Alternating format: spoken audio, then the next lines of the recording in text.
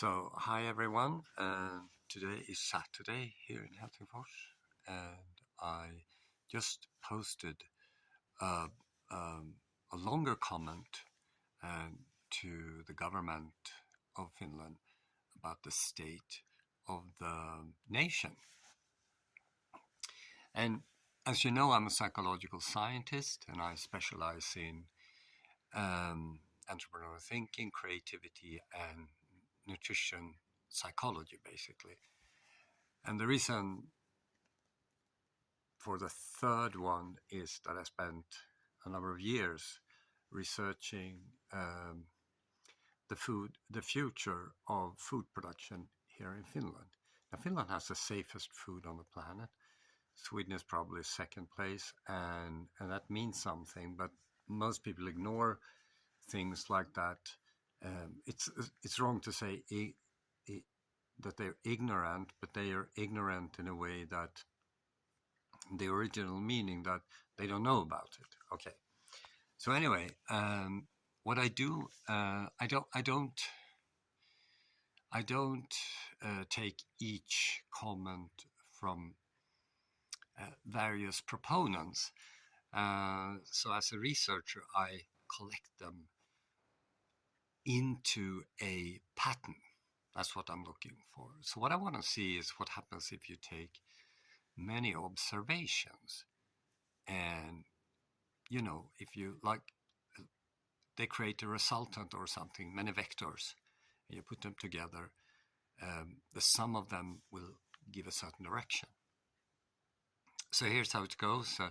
On December 10, I repeated this a number of times. I attended a conference where a guy said, we're in big trouble.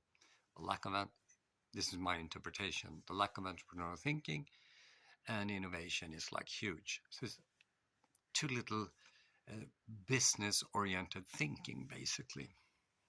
So I published it. I do wanted to remind them about that, and partly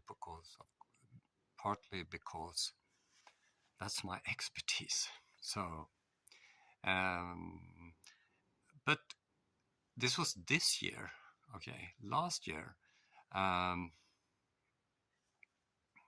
the local tabloid Helsingin Sanomat claimed that the research at the university, where I used to work, has collapsed.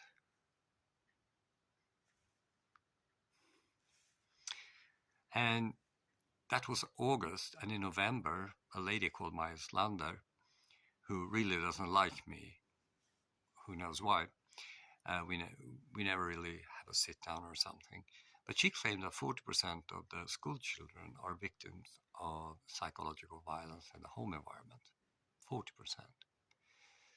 And the EU report claimed that the prevalence of Alzheimer is twice as high in Finland compared to Sweden.